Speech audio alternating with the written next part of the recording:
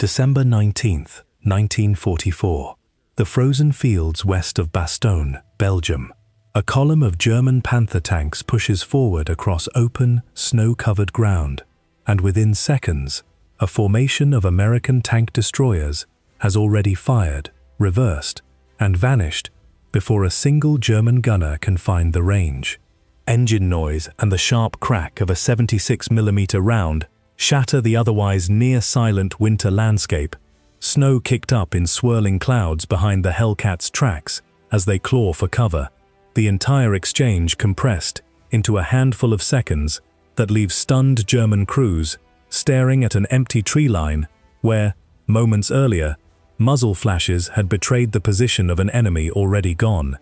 The M18 Hellcat weighs barely 18 tons, carries armor so thin that a heavy machine gun can punch through parts of its hull, and mounts a 76mm gun that, on paper, looks unremarkable against the frontal armor of a German Panther or Tiger. Designed by the Buick Motor Division of General Motors under the official designation Gun Motor Carriage M18, the vehicle emerges from a specific and, at the time, genuinely controversial school of American armored doctrine that had concluded, in the years before American entry into the war, that speed and concentrated firepower represented a more efficient answer to the growing threat of German armor than simply building ever thicker steel plating onto increasingly heavy vehicles. By every conventional measure of armored warfare in December 1944, this should be an uneven fight. A lightly built American vehicle facing off against some of the most heavily protected tanks Germany can still field this late in the war. Yet German tank crews defending the roads into Bastogne have already learned, through a string of costly and humiliating encounters, a lesson that will shape their tactics for the remainder of the battle. Never chase a Hellcat across open ground.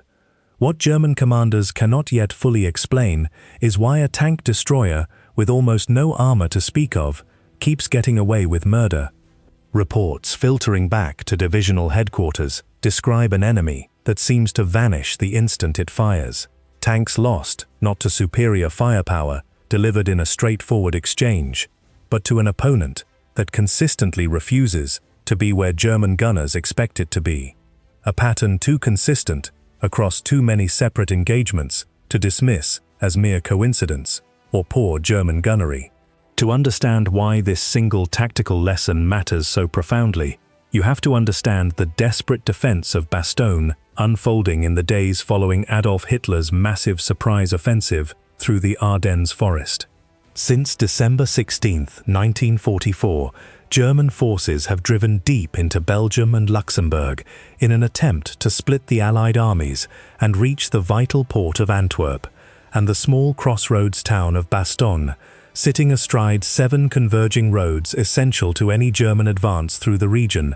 has become one of the most critical and most contested pieces of ground in the entire offensive. Hitler's planners, staking Germany's last significant mobile armored reserve on this single desperate gamble, understand that control of Bastogne's road network represents an essential prerequisite for sustaining the pace and logistical flow their offensive requires to reach the Meuse River before Allied reinforcements can organize an effective response, making the town's capture, or at minimum its neutralization as a usable American strongpoint, a priority second only to the offensive's ultimate strategic objectives. The 101st Airborne Division, along with scattered remnants of shattered armored and infantry units, has been rushed into Bastogne to hold the town against overwhelming German numerical superiority, a defense that depends on every available weapon system to blunt the armored spearheads probing the American perimeter from multiple directions at once. Brigadier General Anthony McAuliffe, commanding the encircled garrison after the division's regular commander is unexpectedly absent when the crisis erupts, oversees a defense stretched perilously thin across the town's entire perimeter. Paratroopers and attached armor units forced to cover far more ground per soldier than conventional defensive doctrine would typically recommend, a reality that makes the disproportionate effectiveness of every individual weapon system, tank destroyers very much included, all the more critical to the garrison's continued survival. Among the units defending Bastogne's perimeter is the 705th Tank Destroyer Battalion, equipped with the M18 Hellcat, a vehicle purpose-built around a philosophy that stands in almost complete opposition to conventional tank design. American tank destroyer doctrine, formalized in the years leading up to the war through the establishment of a dedicated tank destroyer command, rests on the theoretical premise that concentrated masses of enemy armor are best defeated not by matching them tank for tank in a direct armored confrontation, but by employing lighter, faster vehicles held in reserve and rushed to threatened sectors, where they could strike from ambush and then withdraw before the enemy's heavier armor could bring its own advantages to bear in a sustained engagement. Where a tank like the Panther or the American Sherman prioritizes a balance between armor, firepower, and mobility, the Hellcat sacrifices armor almost entirely in favor of speed. Capable of reaching nearly 60 miles per hour on good terrain, faster than any other armored fighting vehicle fielded by any major combatant during the entire Second World War. This astonishing speed derives from the vehicle's remarkably favorable power-to-weight ratio. A Continental radial engine producing substantial horsepower, driving a hull weighing barely half what a comparable German medium tank carries into battle. An engineering trade-off that Buick's designers pursued deliberately rather than as any kind of unintended byproduct of wartime production shortcuts or material shortages. This speed is not an accident or a compromise forced by wartime production shortages. It is the deliberate, foundational principle behind the entire tank destroyer doctrine the United States Army has built around vehicles like the Hellcat. A doctrine that treats these vehicles not as tanks meant to slug it out toe-to-toe with enemy armor, but as highly mobile ambush weapons meant to strike fast, from unexpected angles, and disengage before the enemy can bring superior armor or numbers to bear. The doctrine's own official terminology reflects this philosophy explicitly. Tank destroyer units organized and trained to seek, strike, and destroy enemy armor through concentrated, opportunistic engagement rather than through the kind of sustained frontal confrontation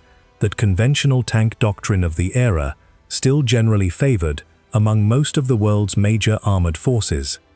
German panzer crews, trained and equipped around an entirely different philosophy that prizes heavy frontal armor and powerful, long-range guns capable of winning a direct confrontation, initially approached the Hellcat with the same tactical assumptions that have served them well against slower, more conventionally armored American vehicles throughout the war. German armored doctrine, refined across years of combat on the Eastern Front against Soviet armor employed in massed, often less tactically sophisticated formations, had taught panzer crews to trust in their vehicles' superior frontal protection and gunnery to win virtually any direct engagement, an assumption that had generally proven sound against the Sherman tanks German forces most commonly encountered, fighting the Western Allies through the summer and autumn of 1944. What these German crews discover in the fields and frozen forests around Bastogne, however, is that engaging a Hellcat on its own terms, pursuing it across open ground once it has fired and begun to withdraw, plays directly into exactly the tactical trap American tank destroyer doctrine has been built to spring. The very instinct that has served German tank commanders so effectively throughout years of combat, press the advantage, close with a retreating enemy, finish what appears to be an already damaged or fleeing opponent, becomes, against a vehicle purpose-built to exploit exactly this instinct, the single most dangerous decision a German crew can make in the heat of an engagement they believe they are winning.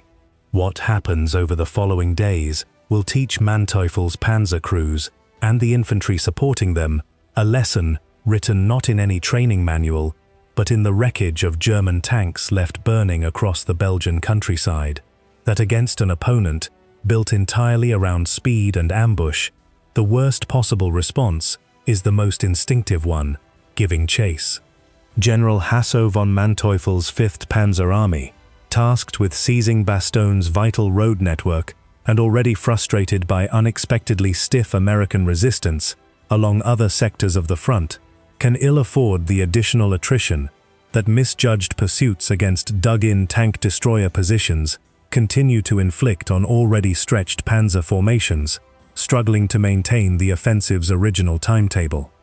The 705th Tank Destroyer Battalion, commanded by Lieutenant Colonel Clifford Templeton, arrives in Bastogne alongside the 101st Airborne Division in the opening days of the German offensive, its M18 Hellcats distributed across the town's sprawling defensive perimeter to reinforce positions held by paratroopers who, for the most part, possess little heavy anti-tank capability of their own, beyond bazookas and a handful of towed anti-tank guns. Templeton's crews understand from the outset that they cannot simply plant themselves in static defensive positions and slug it out against German armor approaching in strength, an approach that would expose the Hellcat's greatest weakness, its almost complete lack of armor protection, without ever allowing the vehicle's genuine advantages in speed and gun performance to come into play. Officers within the battalion,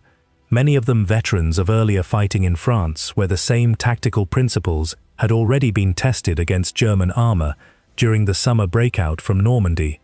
brief their crews explicitly on the discipline this style of fighting demands, emphasizing that survival depends less on individual bravery in a stand-up fight than on the patience to wait for the right shot, and the discipline to withdraw the instant that shot has been fired, regardless of how tempting it might feel to remain and observe the results of a successful hit. Instead, Templeton's battalion adopts a tactic built entirely around ambush and rapid repositioning, Hellcats concealed behind farmhouses, hedgerows, and the folds of Belgian farmland, waiting for German armor to approach within effective firing range before opening fire and immediately displacing to a new position before German tanks can return accurate fire of their own. Crews spend the days before major German attacks, scouting and pre-registering multiple firing positions and withdrawal routes across their assigned sectors, memorizing terrain features and escape paths with a thoroughness that reflects just how completely their survival depends on executing this choreography flawlessly under the genuine pressure and confusion of live combat, when a single wrong turn or misjudged route could easily strand a Hellcat exposed in the open at exactly the moment German gunners finally manage to bring their own weapons to bear. Crew commanders walk their assigned ground repeatedly in the hours before expected contact, identifying not just where to fire from, but precisely which route offers the fastest, most concealed path back to cover, understanding that hesitation or confusion in those critical seconds after firing represents the single greatest threat to their own survival, far more dangerous in practice than the German guns themselves, so long as the withdrawal proceeds exactly as rehearsed. This hit-and-run approach depends entirely on speed and surprise. A single well-aimed shot from a concealed position followed by an immediate retreat that puts distance and, ideally, terrain features between the Hellcat and any German tank attempting to respond, denying German gunners the kind of sustained, stationary target that would allow their superior frontal armor and firepower to eventually overwhelm the American vehicle in a straight fight. The tactic places enormous demands on crew coordination and gunnery skill, drivers and gunners working in near instantaneous sequence. A shot fired, the vehicle already reversing before the muzzle flash has fully faded, the entire maneuver completed in a handful of seconds that leaves little room for hesitation or error if the crew hopes to survive to fire again from their next position. On December 19, 1944, elements of the German 2nd Panzer Division pushed toward Bastogne's western perimeter, Panther tanks advancing across open, snow-covered fields near the village of Flammier in a formation designed to overwhelm whatever scattered American resistance stands between them and the town itself. The German column advances with the confidence of a unit, expecting to encounter only light, disorganized resistance. Intelligence reports suggesting the American defenses in this particular sector remain thin and improvised. An assessment that will prove badly mistaken once the concealed Hellcats of the 705th open fire. Hellcats of the 705th, positioned in concealment along the tree lines and low ground bordering these fields, allow the German column to advance well within effective range before opening fire, the first shots catching German tank commanders entirely by surprise, several Panthers taking hits before their crews can even identify where the fire is originating from amid the confusing, snow-muffled acoustics of the open battlefield. The muffling effect of fresh snow across the open fields distorts the direction and distance of the American guns report. German commanders inside their turrets, struggling to triangulate the source of incoming fire through narrow vision slits and periscopes that offer only a fraction of the situational awareness a crew standing fully exposed outside the vehicle might enjoy, a disadvantage inherent to buttoned-up tank crews operating under fire that the Hellcats' own more open crew positions do not share, to nearly the same degree. American gunners, positioned with a clearer field of observation and the advantage of having selected their firing positions in advance, based on careful study of the terrain, exploit this perceptual gap ruthlessly, striking and displacing, before German crews can overcome the inherent disadvantages of fighting from inside a sealed, visually constrained armored hull. German tank commanders, trained to respond to unexpected enemy fire by immediately identifying and engaging the threat, order their Panthers to traverse toward the muzzle flashes and return fire, only to find that by the time their guns are laid on target, the Hellcats that fired the opening shots have already reversed out of position and disappeared behind cover, redeploying to entirely new firing positions from which to strike again.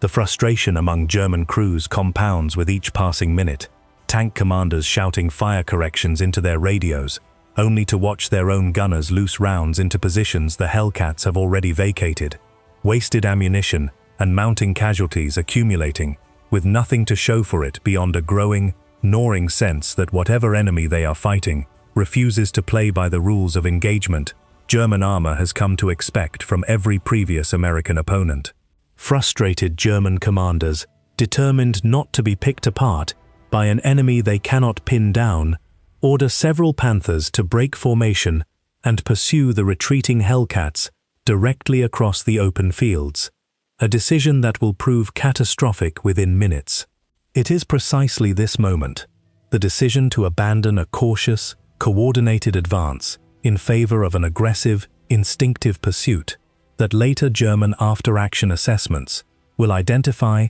as the single tactical error responsible for transforming a manageable engagement into a costly rout,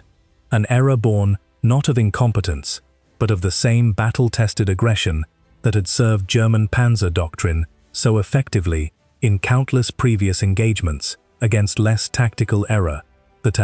and memories waiting at the edges of things against less tactical error, responsible for transforming a manageable engagement into a costly rout, performance. The pursuing Panthers, now moving at speed across open, snow-covered terrain in an attempt to run down vehicles considerably faster and more maneuverable than their own 38-ton hulls can manage, find themselves strung out, isolated from mutual supporting fire, and increasingly exposed, exactly as the Hellcats' hit-and-run tactics are specifically designed to produce.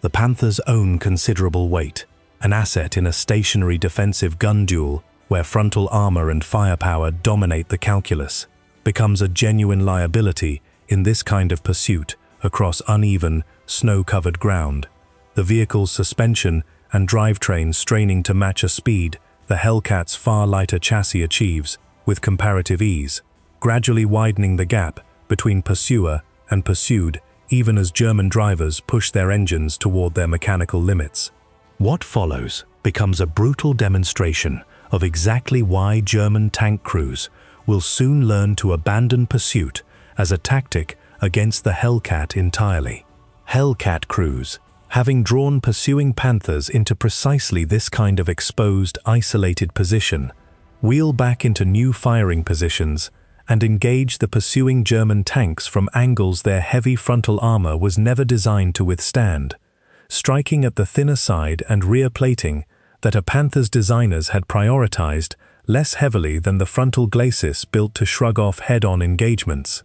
This is the essential mechanical logic underlying every element of the Hellcat's tactical doctrine, a recognition that even the most heavily armored tank in the world remains vulnerable somewhere on its hull, and that speed and maneuver, properly employed, can consistently deliver an attacking vehicle to precisely the angle where that vulnerability exists, regardless of how formidable the enemy's frontal protection might appear in a conventional, static engagement. Panther after Panther, caught mid-pursuit with turrets not yet fully oriented toward the threat and hulls exposed at oblique angles that expose precisely the armor weaknesses German engineers had accepted as an acceptable trade-off for frontal protection, erupts in flame across the open fields west of Bastogne, several crews forced to abandon burning vehicles in the open under continued American fire before they can escape. Witnesses among the surviving American paratroopers dug in nearby described the scene in visceral terms. Thick columns of black smoke rising from stricken Panthers scattered across the snow, the sharp crack of ammunition cooking off inside burning hulls, sending fragments and debris skyward at intervals throughout the engagement, and German crewmen scrambling from escape hatches while still under fire, some cut down before they can reach whatever cover the open, featureless terrain offers.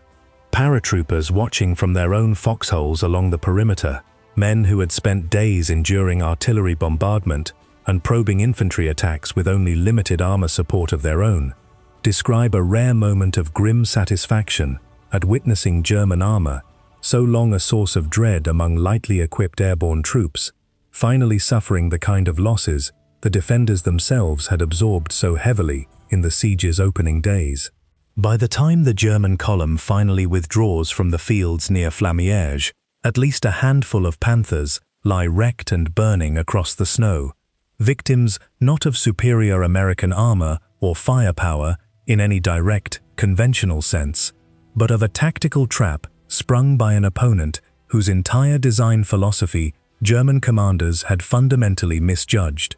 The surviving Panthers, pulling back toward their original starting positions under a hasty covering screen of smoke and small arms fire, leave behind a scene that will be studied and discussed within German panzer circles for the remainder of the siege, a stark and undeniable demonstration that the disparity in armor and gun caliber that had so consistently favored German tanks throughout the war meant considerably less when the enemy refused to fight on the terms that disparity was designed to exploit. Survivors among the German crews, questioned by their own officers in the engagement's aftermath, describe a growing, unnerving realization that pursuing the Hellcats had been the single decision that transformed what should have been a straightforward advance into a costly, humiliating reversal, an insight that spreads quickly through German panzer units defending the wider Bastogne perimeter as reports of the engagement circulate over the following days.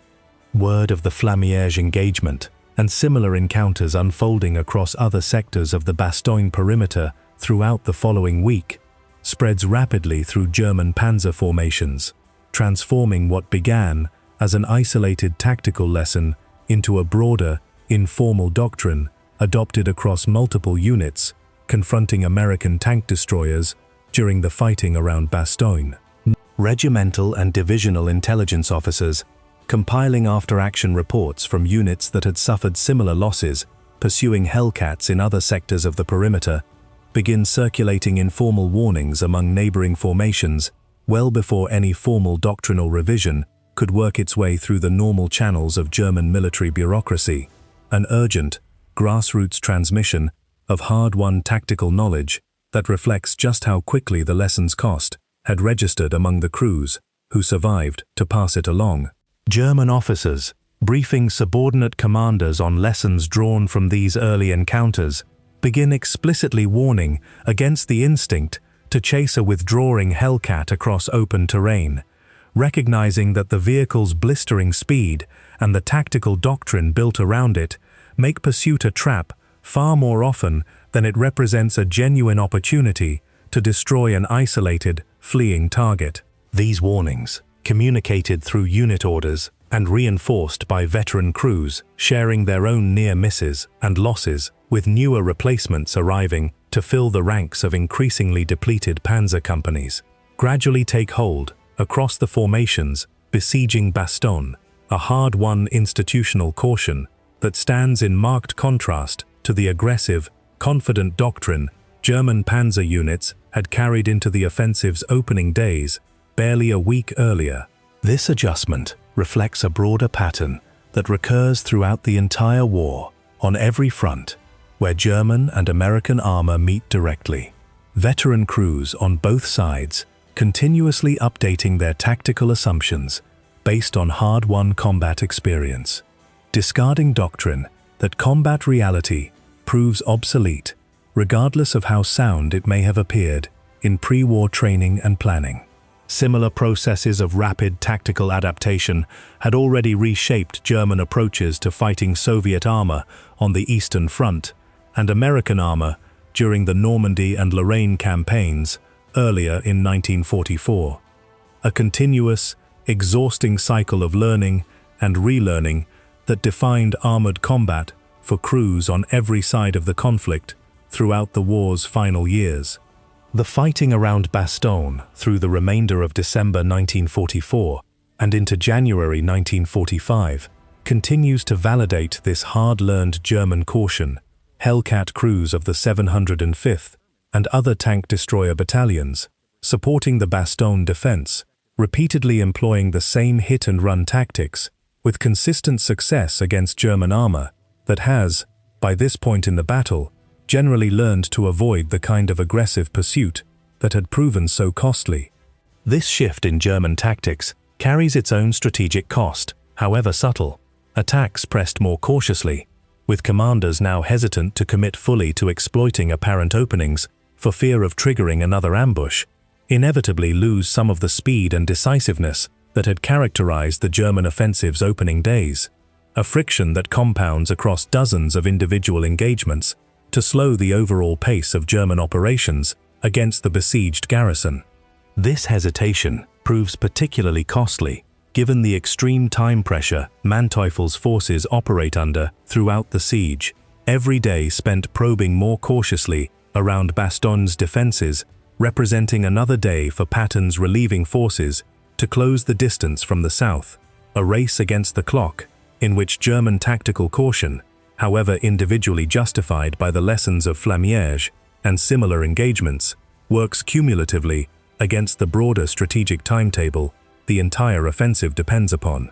Casualties among German armored units operating against dug-in American tank destroyer positions around Bastogne mount steadily throughout the siege, losses that, while never singularly decisive on their own, contribute meaningfully to the broader attrition that gradually saps the offensive strength of the German forces attempting to reduce the besieged town before Patton's Third Army arrives to break the siege on December 26th. Every Panther or Tiger lost to a well-executed Hellcat ambush represents not merely a single destroyed vehicle, but an irreplaceable reduction in the concentrated armored strength German commanders need to overwhelm Bastogne's defenses before American reinforcements can arrive. A cumulative arithmetic of attrition that works steadily against German prospects, even as individual engagements often unfold too quickly and too chaotically for either side. Thus, German replacement pipelines, already strained by the demands of an offensive, launched with minimal reserves, held back for exactly this kind of sustained attrition, prove entirely unable to make good these losses at anything approaching the rate the fighting around Bastogne demands. Each burned-out Panther representing a permanent, uncompensated reduction in the armored strength Manteufel can bring to bear against the town's stubborn defenders. The strategic significance of the Hellcat's performance at Bastogne extends well beyond the immediate tactical engagements themselves. American tank destroyer doctrine, developed in the years before the war, around the theoretical principle that speed and concentrated firepower could substitute for heavy armor in defeating enemy tank formations,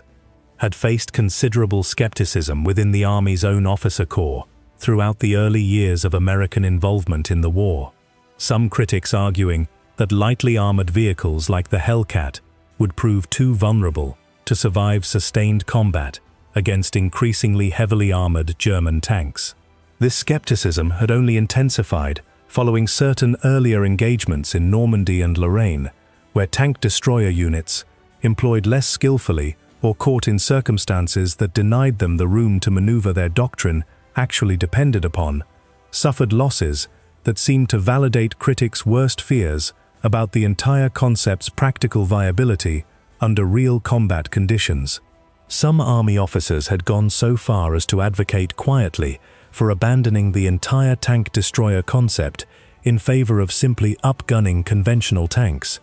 an argument that gained additional traction each time a tank destroyer unit found itself forced into exactly the kind of static, head-on engagement its doctrine was never designed to survive, circumstances that Bastogne's more favorable terrain and defensive posture would ultimately allow the 705th to largely avoid. The engagements around Bastogne and the broader pattern of German crews learning to avoid direct confrontation with Hellcat formations offer some of the most vivid combat validation this doctrine receives during the entire war. Demonstrating under the most demanding possible conditions, a besieged garrison fighting for survival against a numerically superior German force, that a tank destroyer built around speed and ambush tactics could inflict disproportionate losses on far more heavily armored opponents when employed with disciplined, well-coordinated tactics. Reports from Bastogne circulate through Army ground forces channels in the weeks following the siege's relief, cited approvingly by tank destroyer doctrine's remaining advocates as concrete, hard-won proof that the concept's underlying theory, however contested it, had remained in staff college debates and internal Army policy discussions throughout the preceding years, could deliver genuine results when American crews executed it with the discipline and coordination the doctrine actually demanded. Even skeptics within the Army's own armored branch found themselves compelled to acknowledge, in the wake of Bastogne, that the tank destroyer concept had proven itself capable of exactly the kind of disproportionate, favorable exchange ratio its original architects had promised, provided commanders employed the doctrine with the patience and tactical discipline its underlying logic required, rather than treating tank destroyers as simply undersized, undergunned substitutes for conventional tanks. For the crews of the 705th Tank Destroyer Battalion and similar units fighting throughout the Ardennes campaign, the fighting around Bastogne cements a reputation for the M18 Hellcat that persists throughout the remainder of the war and into the post-war historical record. Not the most heavily armored vehicle on any battlefield, and not the most powerfully armed, but arguably the most tactically dangerous tank destroyer fielded by any combatant nation, precisely because its entire design and employment doctrine forced enemy commanders into exactly the kind of tactical dilemma that proved so costly to German crews at Flammier and across the wider Bastogne perimeter. The battalion itself receives official recognition for its performance during the siege, its Bastogne service becoming a formative episode in the unit's own institutional history and identity, cited in later Army training materials as a model example of tank destroyer doctrine, executed precisely as its pre-war architects had originally envisioned. Veterans of the battalion, reflecting decades later on the fighting around Bastogne, consistently describe the engagement at Flammier and the broader pattern it established as the defining professional experience of their entire wartime service, a validation of training and discipline that had, in the tense early days of the siege, remained an unproven theory rather than the demonstrated tactical reality it would become by the time Patton's relief column finally arrived. Military historians, studying the Ardennes campaign in the decades since, have consistently cited the Hellcat's performance at Bastogne as one of the clearest demonstrations in the entire war of how a vehicle's tactical value cannot be assessed through armor thickness and gun caliber alone, but must account for the complete tactical system, speed, concealment, coordinated withdrawal, and disciplined fire discipline, within which that vehicle is actually employed in combat. Comparative studies of American and German armored losses across the Ardennes campaign consistently identify tank-destroyer engagements, and the Hellcat's contribution in particular, as inflicting a favorable exchange ratio disproportionate to the vehicle's modest armor and armament specifications, a statistical pattern that later armor doctrine studies across multiple post-war decades continue to reference when examining the broader relationship between vehicle design philosophy and actual battlefield effectiveness. Later military analysts, comparing casualty and loss figures across the entire Ardennes campaign, would point specifically to sectors where American tank destroyers operated with the kind of terrain and tactical freedom Bastogne afforded as producing consistently favorable results, a pattern of evidence that shaped how subsequent generations of American armored doctrine writers approached the enduring debate between armor protection and mobility as competing design priorities. What the story of the Hellcat at Bastogne ultimately reveals is a truth that extends far beyond any single tank destroyer or any single besieged Belgian town, that the deadliest weapon on any battlefield is not always the one with the thickest armor or the most powerful gun, but often the one whose true nature an enemy has not yet learned to respect.